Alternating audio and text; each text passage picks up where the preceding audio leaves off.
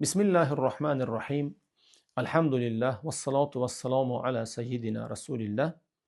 Qala an-nabiyyu sallallohu alayhi wa sallam: La takun imma'an in ahsana an-nasu ahsanta va in asa'u asa'ta.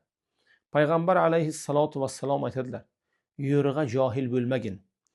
Agar odamlar bu tarafga borib, bir narsa yaxshi desalar, yaxshi deydigan, yomon desalar, yomon deydigan bo'lmagin. Albatta ustozga, dalilga, ahli haq va ahli xayrga ergashgin. Senga kelgan ma'lumot, senga kelgan narsa yaxshi yomonligini sen ajrata oladigan darajada bo'lmasang, u darajada malakang bo'lmasa, hozirgi kunda ko'zingga yartiroq, ko'zingga yaxshi bo'lib ko'rinsa, uni so'ragin. Bugungi kunda eshitilishi, aytilishi, ijro etilishi chiroyli bo'lishligi mumkin, lekin uning ertasi qanday bo'ladi? Bu so'zdan, bu harakatdan, bu fatvodan nima kutilyapti o'zi? Keyingi oxirgi bekati nima bilan tugallanadi? Uni so'rab ko'rgin.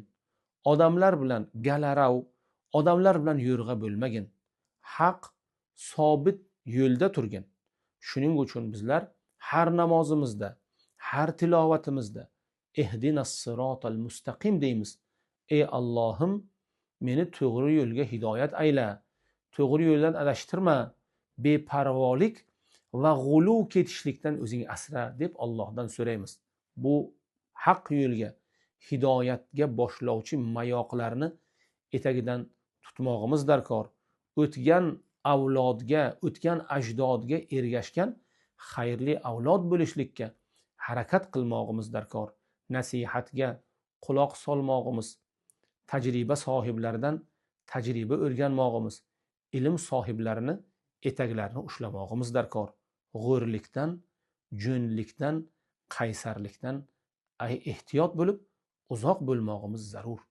Alloh hammamizni to'g'ri yo'lga hidoyat qilsin, xayru barakotimizni ziyoda aylasin.